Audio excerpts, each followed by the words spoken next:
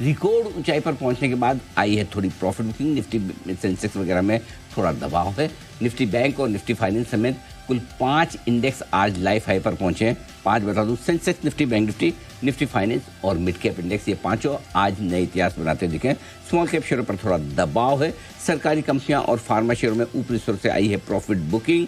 Dow futures सुस्त है। Europe के बाजार 4 दिनों की तेजी के बाद फिसलते हुए दिखे। और मैं बता दूं डाउ फ्यूचर्स की सुस्ती के बारे में नेहा जी आपको, ये थोड़े और सुस्त रहेंगे। आज रात को भी इनका सुस्ती का प्लान है, जो हमें पता चला विश्वस्त सूत्रों से कि आज रात को ये सुस्ती रहेंगे, बिल्कुल भी हिलेंगे डुलेंगे नहीं, क्योंकि आज अमेरिकी बाजार रात को है बंद थैंक्स गिविंग डे के मौके पर। हम भी उन्हें धन्यवाद देते हैं। 4 दिन की तेजी के बाद वो सुस्ती ले रहे हैं, रुक रहे हैं, तो कोई हर्ज नहीं, अच्छी बात है। बिल्कुल। लेकिन सर आखिरी घंटे के जो बड़े सवाल है वो बताइए। है मेरे पास, आइए रख देते हैं। पहली बात तो ये कि लाइफ हाई छूने के बाद फिसले क्यों बाजार? क्या बैंक निफ्टी अब भी ज्यादा मजबूत है दूसरों के मुकाबले में, स्पेशली निफ्टी के मुकाबले में? ऐसे में जब फिसले ही हैं और फिसल ही गए तो मजबूत सपोर्ट कहाँ है वो भी तो बता दीजिए। किन लेवल्स के ऊपर बंद होने पर और तेजी बढ़ेगी, बरकरार रहेगी? किन लेवल्स के नीचे बंद होने पर खतरा या थोड़ा सावधान होना है? और लाइफ हाई पर भी अब तक अगर आपके शेयर नहीं चले सही बात है, आज टॉक ऑफ द टाउन यही है सर। स्वाभाविक सवाल है ना। स्वाभाविक। और सबसे ज्यादा मतलब जहां जहां लाइफ हाई की बात आ रही है वहां वहां ये सवाल भी आ रहा है, मेरा शेयर कब चलेगा, मेरा शेयर कब चलेगा। इंस्टा लाइव पे तो आपने उस पर भी जवाब दिया है, लेकिन इंस्टा लाइव पे जाहिर सी बात है लिमिटेड लोग होते हैं देखने वाले, पूछने वाले, समझने वाले, तो इसका जवाब अभी फिर से आपके लिए तैयार है। ऐसा स्नोफॉल हो रहा है क्या इसमें? 5 लाइफ हाई पे ऐसा एकदम लग रहा है फूल बरस में, फूल बरस में हो। बहुत बढ़िया, बाहरों फूल बरसा और लाइफ हाई बनाया है। चलो आइए आगे बढ़ते हैं। चलिए, तो लाइफ हाई का पंचामृत आपके सामने है। आज चौतरफा हरियाली रही, लेकिन सर ने बड़े सवाल भी बता दिए कि करके सवालों के जवाब जानते। सर ये लाइफ हाई बन गया, हमें लगा था कि अब स्टेबिलिटी आएगी, मजबूती का दौर आएगा, फिसल क्यों गए? देखिए, कल की रिकवरी के बाद और आज की तेजी के बाद बाजार में थोड़े ओवरबॉट होने के संकेत थे ही, साफ संकेत थे, इसमें कोई बड़ी बात नहीं है। और ये आप मेरे सबके मन में था ही। और अगर हमने आज सुबह बहुत जोर देकर बात की कि जोश में होश नहीं खोना है, और आज का एक सबसे बड़ा नेगेटिव फैक्टर है पुट कॉल रेशियो 1.45 पर, वो ओवरबॉट है। और या तो खुलते ही एक बार नीचे आ जाए तो ठीक है, नहीं तो ऊपर बढ़ के एक बार नीचे आना ज़रूरी है। इस पुट कॉल रेशियो का हल्का होना बहुत ज़रूरी है, और वो हल्के होने के संकेत आपको हमने सुबह ही बात की थी और वो आ ही गए। और मजे की बात बताऊँ Neha ji sir, will you believe 1.45 का पुट कॉल रेशियो जो कल क्लोजिंग में था, अभी कितना होगा? Guess what? 1.14।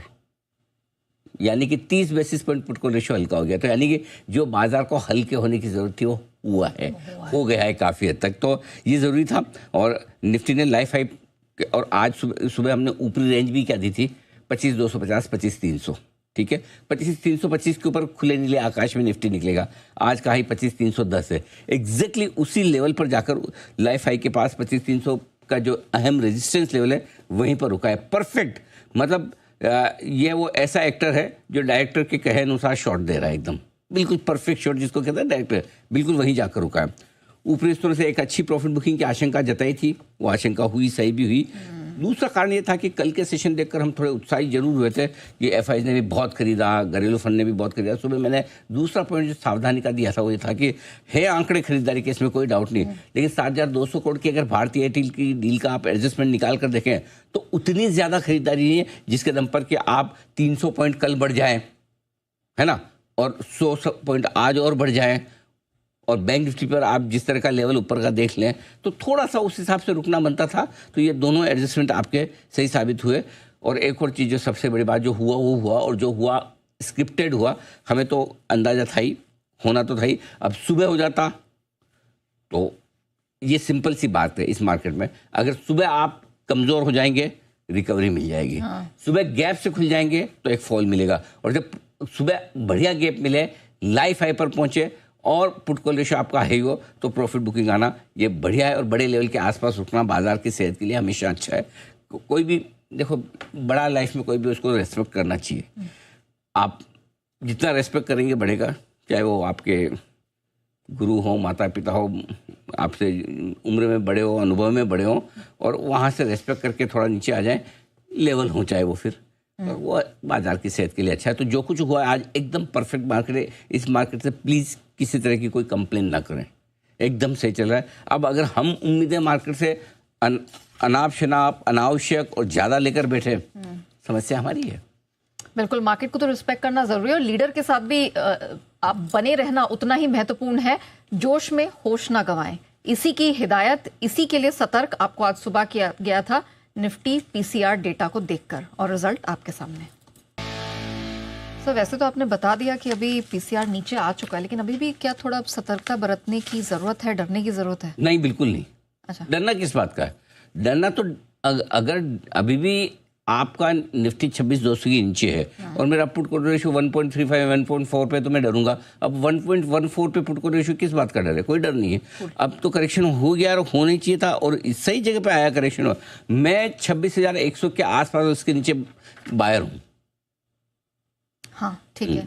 अगर 26,100 से मिले एंट्री तो बहुत बढ़िया, नहीं तो शायद जो लेवल होगा वो 26,135 के आसपास हो। आज का लो क्या है? हाँ 26,141 है। आप देखिए ना नेहा, सिंपल सी चीज़ क्या है, 26,310 ऊपर और नीचे में 26,140। आपकी 170 पॉइंट की एक करेक्शन हुई, 10-10 पॉइंट दोनों साइड के छोड़ दो, 150 पॉइंट आपका करेक्शन हो गया, which is fair, good enough. तो मेरे ख्याल से 26,100 के आसपास से 26,000 तक आप बाई जोन में, चिंता की बात नहीं। हल्के हो गए बाजार भाई। देखिए कल 300 पॉइंट बढ़े अपन, करेक्ट। 3 दिन में 300 घटे थे। एक्सपायरी के दिन तीसरा दिन कमजोरी का, कमजोर ट्रेडर्स बाहर हुए, बाजार वापस ऊपर। करेक्शन तो आएंगे मार्केट में क्लीन अप करने के लिए, चाहे इंट्राडे में आ जाए या चाहे 2-3 दिन में आए। ये बाजार के मूड पे कि वो कब करता है, करेक्ट। सो वो हो गया आपका, और आज भी हुआ है। जिन्होंने सुबह चढ़ के लिए हैं तो आज थोड़े हल्के हो जाएंगे। तो कुल मिला के बाजार परफेक्ट है, बिल्कुल डरने की जरूरत नहीं। आपके सवाल का जवाब साफ है, डरना मना है ना है बिल्कुल, और लो लेवल पे करेक्शन में खरीदारी ही करनी है। ठीक है, अब मेरे लिए इंपॉर्टेंट लेवल्स और हाँ सॉरी, अब नेक्स्ट इंपॉर्टेंट, हाँ एक और चीज़ जो मैं कहना चाहता कि आज मुझे क्लोजिंग भी सुबह आपने पूछा था ब्रेकआउट कंफर्मेशन, मुझे कौन सी लंबी चौड़ी 26,100 के ऊपर की कोई क्लोजिंग दे दो आप, मुझे चलेगा, सॉर्टेड है। सॉर्टेड है। 26,200 की दे तो बहुत बढ़िया बात है। 26,216 जो 15 अभी तक का लाइफ है उसके ऊपर दे तो अच्छी बात है। हो सकता है उसके ऊपर ही मिल जाए क्लोजिंग बंद होते होते, कोई बड़ी बात नहीं। और नहीं तो मुझे तो 26,100 के ऊपर कोई भी चलेगी। हमारा तो दिल है छोटा सा, छोटी सी आशा, ज़्यादा चाहिए भी नहीं हमको। हमारा ब्रेकआउट कंफर्म हो जाएगा, तो मुझे नहीं लगता कि 26,100 के नीचे बंद होने की हम कोशिश करेंगे। अभी तक तो डेटा ये बता रहे हैं, फिर 2:30 बजे और बात करेंगे। लेवल्स की आपने बात की, 26,000 26,100 निफ्टी पर मजबूत सपोर्ट है। बैंक निफ्टी पर 59,125 59,350 खरीदारी करने के लिए मजबूत जगह है।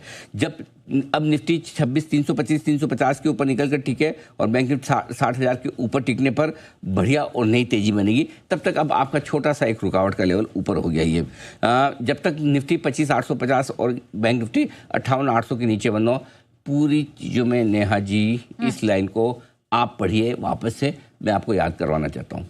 जब तक निफ्टी 25,850 बैंक निफ्टी 58,800 के नीचे बंद ना हो तब तक कोई चिंता की बात नहीं। याद कर लिया सर, बस आपके साथ साथ हमारे दर्शकों ने भी याद किया। जी। ये ज़रूरी है ना, कुछ इंपॉर्टेंट चीज़ें उनको क्या है, आप चलते चलते मैं बोल रहे हैं, फिर मैं आपको 3 घंटे बाद 6 घंटे बाद वो सुनाऊँ, देखो मैंने ये बोला, फिर आप अरे सर आपने तो इतनी सारी चीज़ बोली थी, इसमें से ये भी थी क्या, हमने तो इतना ध्यान ही नहीं दिया इस पर। तो जहाँ ध्यान दिलवाना होता है मैं ऐसे आपको अलर्ट करके बिल्कुल नोटिस करवा दिया।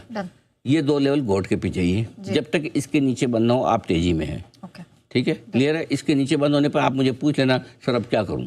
ठीक है, डन। ठीक है, बैंक निफ्टी अभी भी निफ्टी से बेहतर रहेगा और बैंक निफ्टी गिरने में कम गिरेगा, बढ़ने में आगे रहेगा। Thank you very much bank nifty ji. Okay अच्छा सर, अब मुझे ये बताइए, लाइफ हाई पर तो आ गए निफ्टी बैंक निफ्टी, उसके साथ 3 और इंडिसेस, लेकिन अगर मेरा पोर्टफोलियो अभी भी नेगेटिव चल रहा है, नुकसान में चल रहा है, तो ये शेयर मेरे आगे चलेंगे कि नहीं, क्या होने वाला है? बहुत बढ़िया सवाल है, और इस सवाल ये देश के लाखों करोड़ों निवेशकों का सवाल है जिनके पोर्टफोलियो में शेयर अभी तक चले नहीं। तो निहायत देखिए, ये बात बिल्कुल सही है कि निफ्टी लाइफ हाई पर है, लेकिन पोर्टफोलियो अभी भी नुकसान में है, इसमें कोई डाउट नहीं है, बहुत लोगों का है, और सही भी कह रहे हैं, जो कंप्लेन कर रहे हैं वो बिल्कुल कह रहे हैं। मैं आपको एक सिंपल सा सवाल पूछता हूँ, कंप्लेन अपनी जगह है, दिल में थोड़ा सा दर्द होना अपनी जगह की निफ्टी है, लेकिन क्या आप ये चाहते हैं कि चलो मेरा पोर्टफोलियो नहीं चला, मेरा नहीं चला तो निफ्टी भी नहीं चलना चाहिए, निफ्टी भी लाइफ है ना दिल से पूछो, हाथ रखे, चलो। तो एक अगर यही निफ्टी आपका 24,000 हो और आपका पोर्टफोलियो नहीं चले तो ज़्यादा दुख होगा, या निफ्टी 26,000 का और पोर्टफोलियो नहीं चले तो ज़्यादा दुख होगा? तब उम्मीद बढ़ जाती है कि एग्जैक्टली, थिंक पॉजिटिव, कोई बात नहीं, कभी कभी होता है। अच्छा, कुछ शेयरों के दाम तो आपके 30 से 50% भी नीचे है, पोर्टफोलियो 10% नीचे होगा, किसी का 5%, किसी का 15%। तो बात सिंपल सी है, कभी कभी मिड कैप शेयर पहले चलता है, निफ्टी बाद में चलता है। ओके। कभी कभी ऐसा होता है तेजी बनती है कि पहले लार्ज कैप चलते हैं और फिर मिड कैप स्मॉल कैप चलते हैं। इस बार ऐसा हुआ कि पहले लार्ज कैप चले।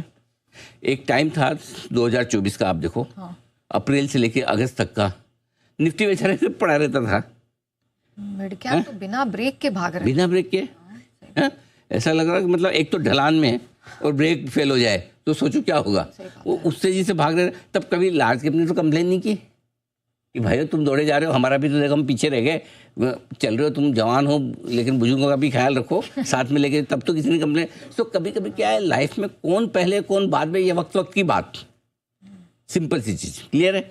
तो मेरा फंडा बहुत क्लियर है, कोई टेंशन मत लीजिए, ये भी चलेंगे, चलेंगे जरूर, चलेंगे, चलेंगे आगे। मेरा अगला सवाल यही था, पूछो। कब चलेंगे छोटे वाले? हाँ, तुम्हें बता देता हूँ कब चलेंगे। नंबर 1, 4 चीजें चाहिए, 4 में से कोई भी हो जाए और चारों हो जाए तो कहना ही क्या। ठीक है। सबसे पहली, भारत और अमेरिका के बीच में ट्रेड डील होने के बाद मिड कैप स्मॉल कैप शेयरों में तेजी ज़्यादा बनेगी, बेहतर बनेगी, पहला।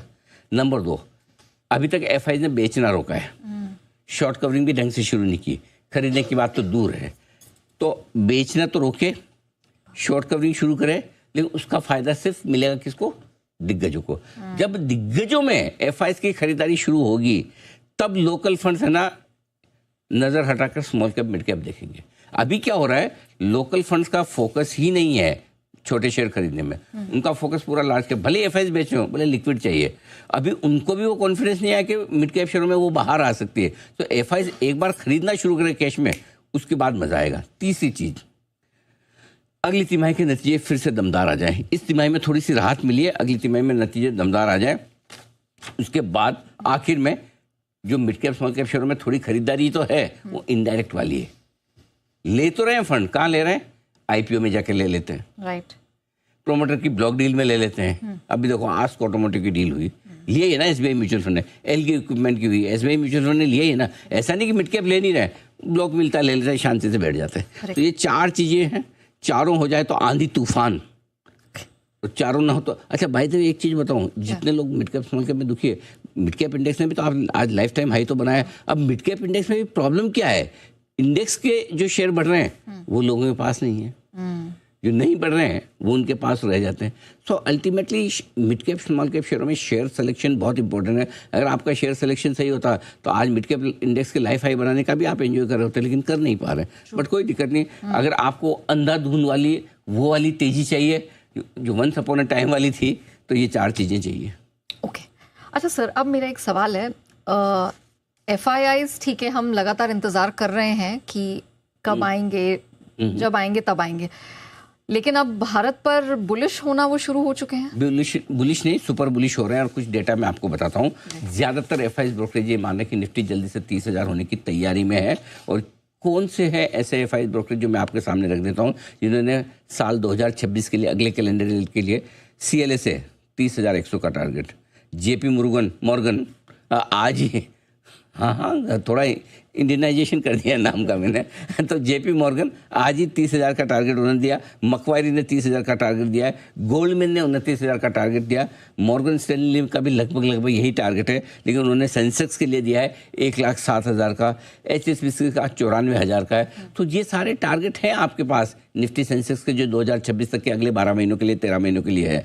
तो कोई दिक्कत वाली बात नहीं। एफआई ब्रोकरेज अभी बुलिश हुए। मैं बार बार कहता हूँ, आज पहले तो ये भी नहीं थे बुलिश, हम ही थे। सही बात है। 22,000 पे 21,750 का जो लो बनाया है, हम बुलिश थे। 24,500 का लो बनाया, हम बुलिश थे। 26,000 पे तो ये बुलिश हो रहे हैं, करेक्ट।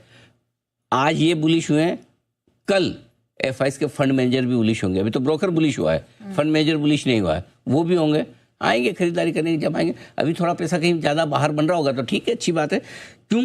पहली चीज़, एमर्जिंग मार्केट्स में भारत ज़्यादा बेहतर परफॉर्म करेगा।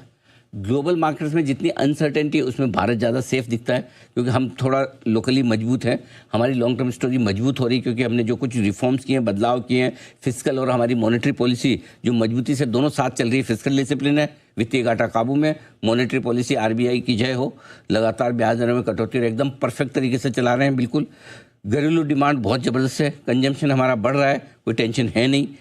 घरेलू फंड खरीदे जा रहे हैं, हम पैसे दिए जा रहे हैं, एफआईज की बिकवाली हो रही है, लेकिन हम उनको झेल रहे हैं और वापस तो आएंगे, कहाँ जाएंगे, यहीं आएंगे, कभी तो आएंगे, राइट। और आखिर में सबसे बड़ी बात, जो महंगे बहुत लग रहे थे, अब महंगे तो नहीं है, भले आपको सस्ते ना लगे, लेकिन महंगे भी तो नहीं हम। तो ये सारे कारण है एफआईज, कहाँ जाएंगे, यहीं आएंगे, अभी नहीं, 29,000 पे आएंगे, 30,000 पे आएंगे, 27,000 पे आएंगे, कभी आएंगे। जो ये समझ के जो है जितना लेट आएंगे उतना आपके लिए अच्छा है। सही बात है। Think positive. बिल्कुल। और आपको बता दें, विदेशी ब्रोकरेजेस की तरफ से तो जो भी व्यू बना हो, लेकिन 24,500 का लेवल, जब जीएसटी कटौती का ऐलान हुआ था, तब से जी बिजनेस लगातार निवेशकों को तेजी का भरोसा दिला रहा था और दर्शकों का प्यार और हौसला अफजाई वहीं से मिलती हुई दिखाई दी।